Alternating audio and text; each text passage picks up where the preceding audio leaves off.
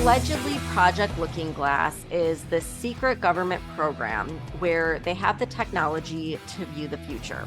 They're always talking about this awakening that's taking place, like basically across the world. So, do I think it's far-fetched? Not really. I'm Stephanie Keith. And I am Tara Manjekovic, and we are unapologetically outspoken. Hey everyone, today you're in for a special treat because we're going to dive into one of the craziest conspiracy theories I've ever heard called Project Looking Glass. And it's definitely a wild one, but it's really fun to just contemplate. So just keep an open mind with this one and wait till the end because there's like a lot of weird little bits about it. So allegedly, Project Looking Glass is the secret government program where they have the technology to view the future. Now, this conspiracy comes from whistleblowers that supposedly worked on this project. And I believe the first time this came out was in 1989 with Bob Lazar, where he went on the news and started sharing these government projects he was working on. Then in the early 2000s, there was this other guy who allegedly worked on this same project. His name was Dan Burrish, and he was interviewed by Carrie Cassidy for Project Camelot. And he claimed that he was literally being hunted by the Men in Black for exposing these secrets. And he claimed that U.S. intelligence agencies had several devices that they built using instructions that were found in ancient Sumerian and Egyptian tombs. And if you watch the interview, like he's a very strange character. So it's like, I don't think a lot of people really took any of this seriously. One device was dubbed the Yellow Cube, and according to this Dan Burrish, it was used by global leaders to get a glimpse into the future. And then like in return for favors, the CIA would allegedly like hand the cube around from country to country, allowing elites to see their own potential futures so that they could gain an advantage. And the elites eventually discovered that the future isn't set in stone. Instead, it's like this vast field of probabilities, and the results are determined by your present actions. So they did what anyone else would do. They attempted to use this like knowledge and manipulate the timeline in their favor. And over time, because of what they were up to, a new timeline presented itself and was not a good one. And they saw the future where the entire planet was destroyed, and their use of this yellow cube was to blame for that. So then they just like shelved the yellow cube and folded the whole project, and it just went away. Okay, this is like the story from Dan Burrish. I was gonna say, like, is this a movie? Right. Oh my God, it totally sounds like a movie. Yeah. And like there's been a lot of different myths about devices like this, like throughout the ages. Italian Benedictine monk Pellegrino Ernetti in 1920, I guess he was born in 1925. So in the early 1900s, he claimed that the Vatican owned a chronovisor, which allowed them to view historical events such as Cicero's speeches, Napoleon's raids, and the crucifixion of Jesus. And while I don't know that like I would believe any of this, it is an interesting and fun topic to talk about. And I think like with every single conspiracy theory out there, there's usually some sort of a hint of truth behind it. And like that's kind of what I'm interested in is like, what can we figure out from like all these stories? So the most recent whistleblower is, I think, the one that really made people perk up and pay attention. This man's name is Bob Wood. He was in the military from 1991 to 2001 and part of a special unit called SEAL Team 6. And through this, he had access to Project Looking Glass. So I'm going to play a clip. It's kind of a long clip, but I think he does a pretty good job of explaining the whole gist of it. And he's discussing these elites seeing the same outcome over and over and over that were not in their favor. Which, looking into the, magic mirror and always getting the same answer. Well, if you were always getting the exact opposite of the answer that you wanted, you'd stop talking to the mirror. And that's essentially what happened with Looking Glass. Is no longer, not only did they not want people to use it anymore because they knew it was just going to burp out the same thing, but at the same time, they didn't want anybody else to know what it was saying. I'm sure. Because they would lose control. Because that information was a monumental concern when I was in the military about how to prevent this inevitability. Now, at first, I thought it was end of the world. Now I see end of the world as end of their world. It's an inevitable event. It's been forecast, it's been predicted, it's been fed to us in a slop trough of what they want us to believe will happen. But they don't. However, they don't actually have control over what happens. They only have control over the reaction, and it seems that no matter what they tried to do to cause their desired reaction, it's going to have an opposite effect. Interesting.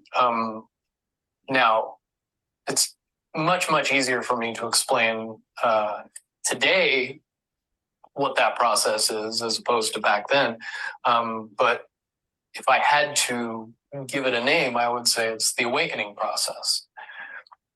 It's an evolution of consciousness that cannot, will not, and no matter what decisions or possibilities are injected into the equation, eventually it all resolves down to us all learning the truth and becoming aware of this massive dam of lies that has been built that keep us from knowing massive volume of information that we should convince everybody out there that for all intents and purposes, what we believe to be true eventually becomes true. If somebody convinces us that a major disaster is going to happen in the very near future, a major disaster happens in the very near future. If we don't buy into that fear and accept that there is really nothing that we know is going to happen, and accept of whatever happens, that makes the convergence of the timelines happen as naturally as possible. Any attempts to try to go away from this one inevitable conclusion, I again see as a new beginning, an end of this reality, the beginning of something that we can't even possibly understand based on the level of our beliefs currently. But when all that information comes flooding out, there's going to be no denying what's true and what's a lie or what's illusion. As far as advanced intellectual abilities, as far as simple intelligence levels, and cognitive skills of the human race has increased exponentially in the past 20 years. And people that were 10 years old in 1991 are now 30 years old and fully awake and conscious of this burning inside that says, I am a lot more than what I see in them. Okay, so Tara, he's basically saying that the elites know that if they make the world fearful of something, it will happen. That's manifestation, like we, used to talk about on Mondays. And it's really interesting because on Friday, we were talking about kind of this agenda of like making everyone afraid through COVID and how like that's not working anymore, making everyone afraid that the world's going to end because of climate change and how that's not really working anymore. Even bringing out the aliens and like no one really cares, no one's afraid of it. So anyhow, like that is what made me want to dive into this more and do this episode. And I thought, like, what if the governments and the people in power knew about manifestation and have always known and have always been using it for millennia and keeping it a secret to control the masses? And then they put these ideas out there, whether it's through media, movies, TV, or even through conspiracy theories, to get the masses to not only think about it, but to fear it, knowing that strong emotion is going to give power to it. And then we basically manifest it for them because you have so many people fearing the same thing at the same time. And like what this guy is saying is that's exactly true. Like that is what they do. But past a certain point, they can no longer control the fact that the masses are becoming aware of it. Therefore, the elites are slowly losing their power. And like, I feel like this is so crazy, but at the same time, I also feel like I'm part of this awakening process where I'm starting to see past all the bullshit that I used to fall for. And so I don't know, Tara, like, what do you think? Is this a little too out there for you, or do you think there could be some truth tied in there? Well, okay, I'm going to say this first. You know how I'm into like moon manifestation and moon cycles and all that stuff. And every time I listen to a podcast or something on YouTube, they're always talking about this awakening that's taking place, like basically across the world. So, do I think it's far-fetched? Not really. And then you also know how I feel about conspiracy theories in general. Like, they usually end up being true. And is this one out there? Absolutely. But I think there was like even a variation of this concept in the Agents of S.H.I.E.L.D. Marvel movie, because one of the characters used knowledge of quantum energy from the Book of the Damned, and I guess they called it like Darkhold or something. But it was basically using this to create energy and convert it to living tissue, and the project was called Project Looking Glass. So do I think what you're saying is far-fetched? Maybe. But I also feel like all the sci-fi movies that I believe were pure fiction have somehow all turned out to either have elements of truth to them or be totally accurate predictions of the future that end up becoming a reality years later. And honestly, like every time I watch a sci-fi movie about a pandemic or an alien invasion, or one of those action movies from 1990 that was set in 2030 where everyone lives in like these bleak, dark, depressing, futuristic sky-high buildings, aka 15-minute cities. And so every time I see something like that, like my heart sinks, because I feel like this movie isn't just fiction, right? And it's probably subliminal messaging to try to prepare us for the bleakness of the actual future that they want for us. But going back to what you were saying, like, I find this whole concept to be particularly interesting, but also frightening, because as you said, it has to do with manifestation. And even though we haven't talked about that a lot lately, it's something you and I both strongly believe in. And we both use manifestation to create some pretty intense changes in our own lives. And up until recently, like, the whole concept has been played off as a, woo-woo hippie shit for weirdos. And it's had this stigma of being just like totally out there. And for the general population, like our whole lives have been structured around this 9 to 5 concept of time. And we're taught from an early age that everything falls in this structure and there's limits to what we can accomplish. And we live basically with condition-based thinking, with the exception of a very small minority of people, like maybe 1 to 2% of the population truly understands the power of manifestation. And like for everyone else, like the condition-based thinking is the norm. And most people never step outside of the beliefs that they're exposed to. So if we're exposed to this fear culture all the time, and you don't challenge the way you're thinking or challenge the status quo, and like that's all you see, like, yeah, there's definitely going to be strong emotion attached to that. And then when you apply that concept on a large scale to like the entire population, and the idea of like using that concept to manifest what the people in power want to achieve, I don't think it sounds that far-fetched if you really understand manifestation. Yeah. And I used to think, because people for a really long time have talked about what you just said about like things that happen in the movies actually being true. And it's like they call it like predictive programming. And first of all, like now that we know for a fact that not just the CIA, but literally every government agency worked with Twitter and all these social media companies to control the narrative, they probably work with Hollywood as well. And so if this is all true, maybe they're putting all that stuff in these movies so that we manifest it. We watch it, we feel all these emotions, and we're manifesting these situations for them to serve whatever their real agenda is. So, like this thing that I used to think, oh, that's just some crazy conspiracy theory. I'm like, well, why wouldn't they work with Hollywood when they're already working with social media and the news media? And, like it just would make sense. Now, if we get back to Bob Lazar for a minute, like he's really big and this whole like science and UFO and like all this kind of stuff. He's pretty well known.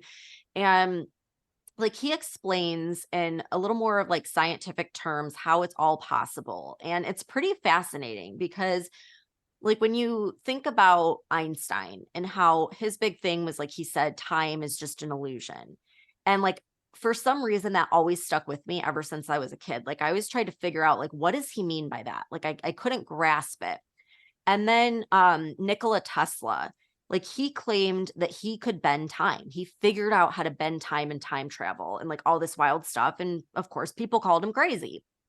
Well, I heard someone explain this all in a way that like actually made sense to me. So, you know how like we think of time as linear, like you have the past, you have the present, you have the future. Well, this person that was explaining it said, like, what if we thought of it as dimensional instead of linear? And like all of these dimensions are stacked on top of one another, like pages of a book. And instead of it being this like linear timeline, the timelines are going this way and they're all just stacked right on top of one another. And if you had a way with like a certain technology to look at another page or timeline, it would be just like opening up the book to any page. Like you can open up a book and there's the middle of the book or there's the end of the book. And obviously you want to go in chronological order, but you can open it up to any page. Like what if there was a device like Looking Glass that could do that? And remember when we did the episode on the UFO whistleblowers that came forward last month?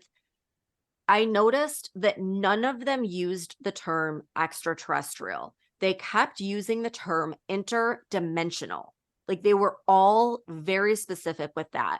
Well, like what if all these timelines or dimensions or probabilities, whatever you want to call it, are stacked on one another like a book, and you have the means to peek at another page or turn to another page? Like then Project Looking Glass actually makes sense if you start getting into quantum physics.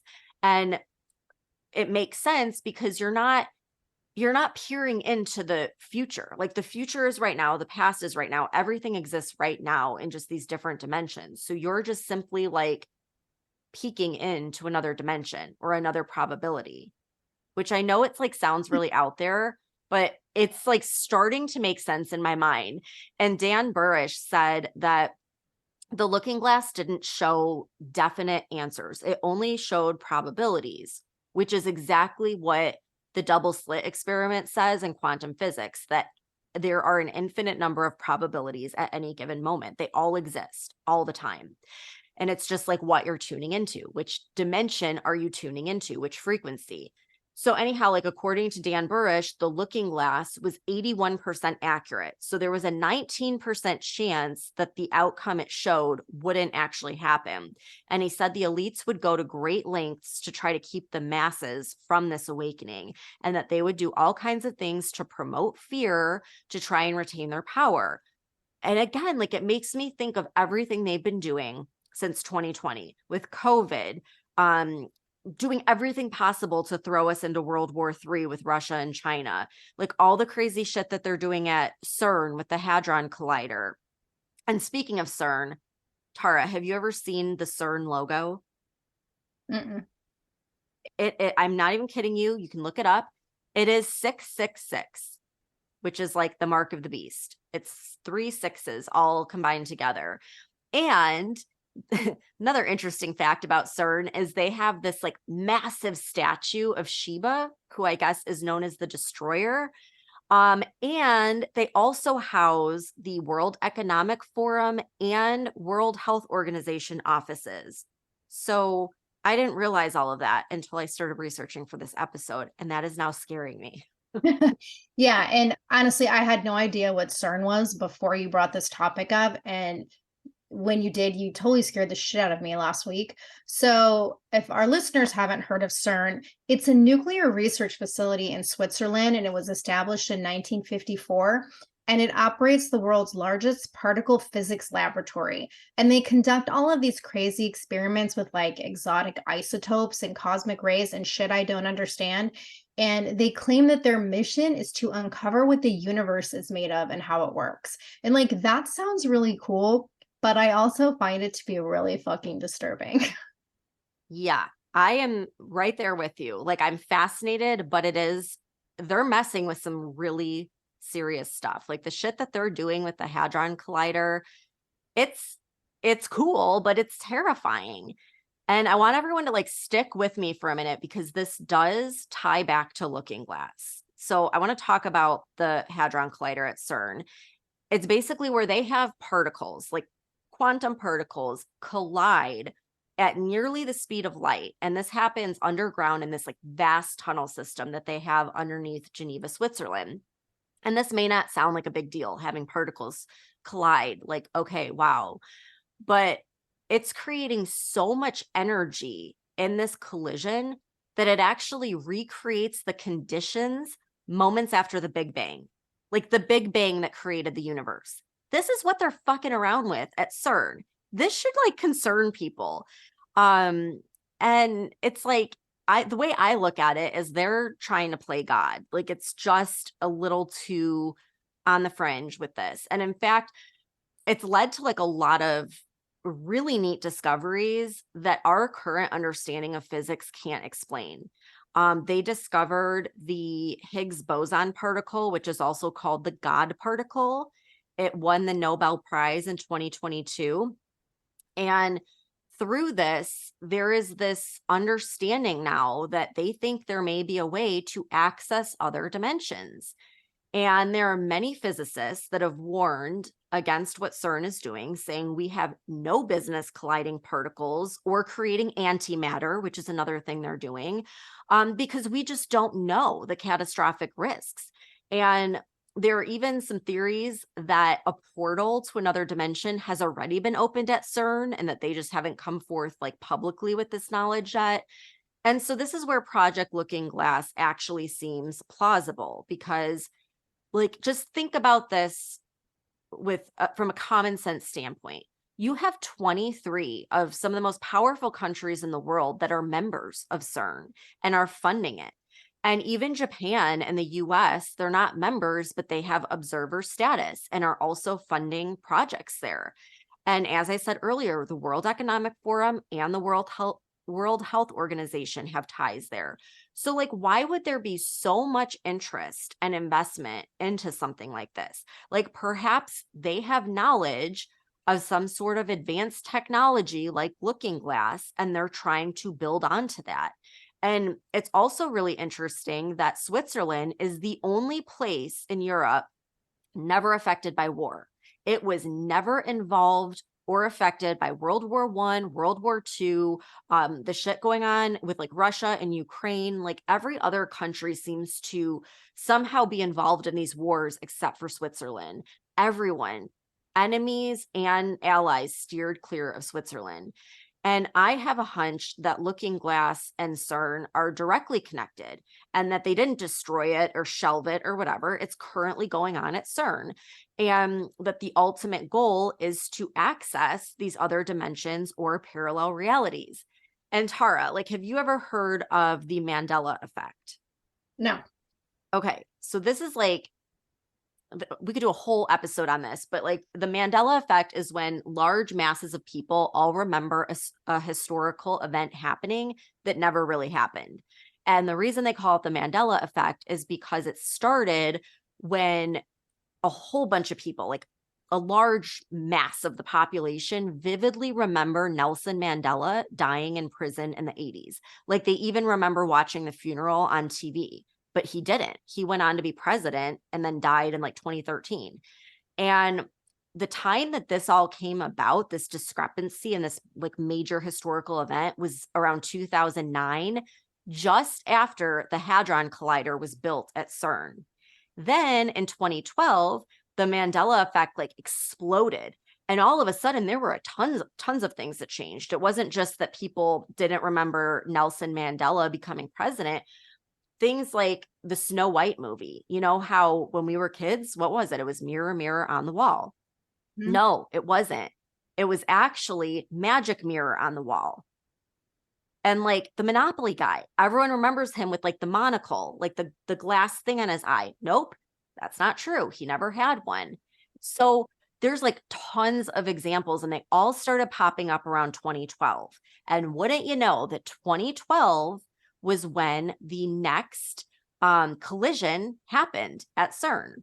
And every damn time there is a collision, more Mandela effects appear. So remember a few episodes back when Bob Barker died, and I swore he died like 3 times already. And like I did a TikTok video on it, and there were so many comments. Everyone was like, yes, I vividly remember him dying already. And when I was looking up like research for this episode, I found out a major collision just happened in August when Bob Barker died. So like there's another Mandela effect. Like every time there's a collision, these Mandela effects keep happening.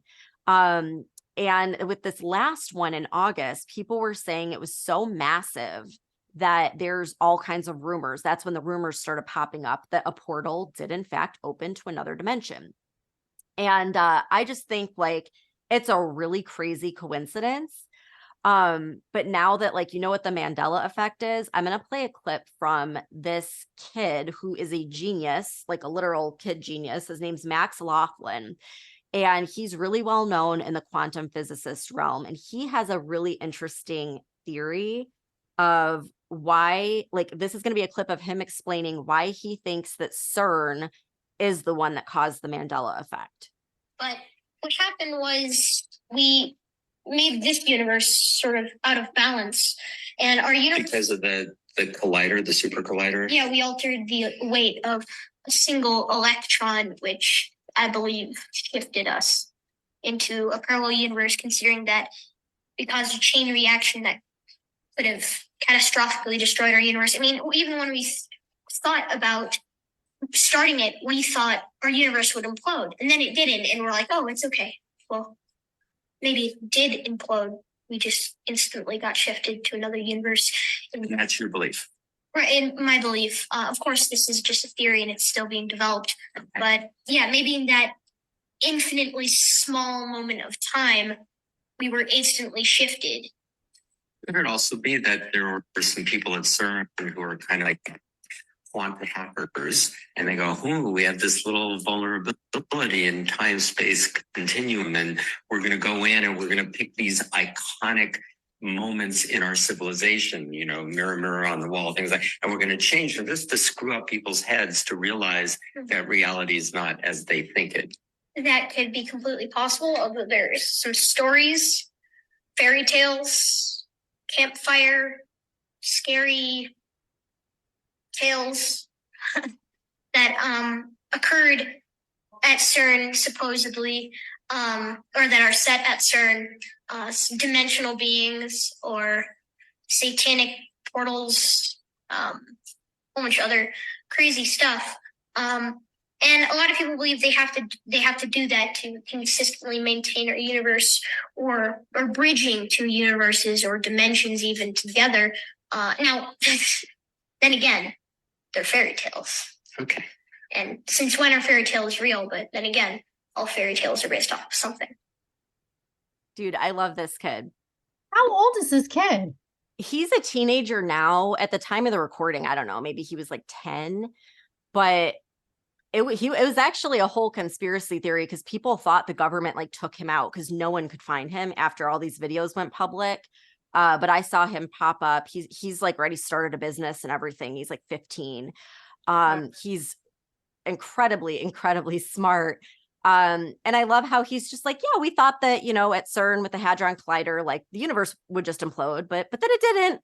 And it's like, okay, like, so they thought that the universe would implode, but they did it anyways. Why? Like, this is why I'm like, why isn't anyone paying attention to this?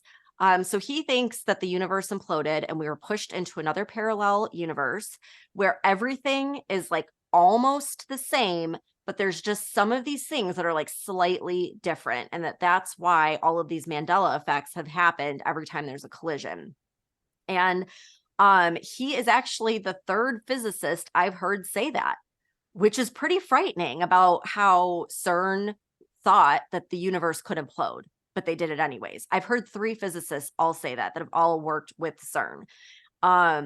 And I feel like at the end there, he was trying to hint to some of the conspiracies being true about these like elite satanic circles, because he had talked about like some of the satanic rituals and a portal being opened. And there's like a whole bunch of conspiracy theories on that. And I feel like he was kind of like trying to point people in that direction, like, oh, it's just a fairy tale, but there might be some truth to it. So that just got me even more interested. Do you ever watch like Paranormal Caught on Camera? No. Okay. So it's this show where like people send in their video clips of weird shit, and either it's something that they're purposely filming or like they were filming something else and then they look at the video later and see whatever weird thing happened in the background.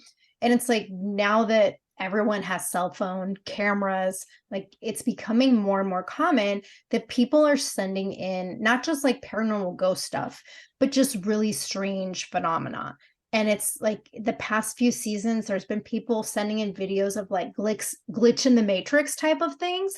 And I remember one was like a whole freeway full of traffic that just froze for like 10 seconds. Like everyone in their car is frozen. And it was like, okay, are we resetting? Like what's going on here? And just like they've had really weird parallel universe stuff where things just are slightly off kilter from the way they're supposed to be.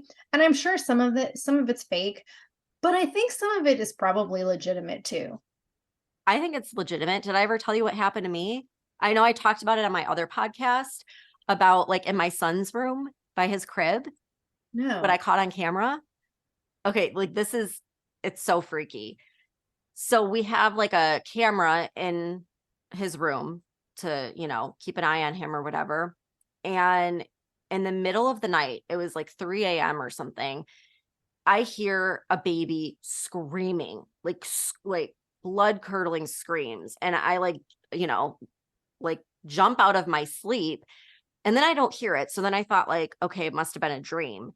So I go on the camera to look at my son's room, and there is a figure, like a shadowy, it wasn't like a person, it was just like a silhouette, like a shadowy figure standing at his crib, like looking over him. And he's just sitting there looking back at it. And I was like, okay, clearly I thought I was still maybe asleep, like still dreaming. And so I don't know why I just thought to like take a screenshot of it. And so I screenshotted it and threw my phone down, and I bust in his room, and there's nothing there, but he's sitting up just like, hey mom, what's up? Kind of thing. And so I went back and looked at it, and sure as shit, like there was something there. And then I started playing with the saturation. And I mean, it was clear, like there was something there. I've showed it to so many people. I posted it online and everyone's like, what the heck? And I saged the crap out of his room after that. But there was something there, and I never would have known if we didn't have a camera, but I couldn't see it like in person, but the camera could pick up on it. So I totally believe like that people see this stuff on camera. Yeah, and it's like it's one of my favorite shows because I love all the paranormal stuff. And they'll do stuff on Bigfoot and whatnot. And I don't pay as much attention to it, but I've just started noticing like there's just more weird things that don't fall in that realm of like ghost stuff and, weird anomalous cloud formations and just like Mhm. parallel universe stuff. And so, and this is like people send in these recordings from all over the world. And Yep. so I do think it's totally plausible. Well, I mean, for me, it's like the whistleblowers that keep talking about dimensions, interdimensional, that makes me think there is something they know that hasn't fully been made public yet. But yeah, I just think it's fascinating. I love this stuff.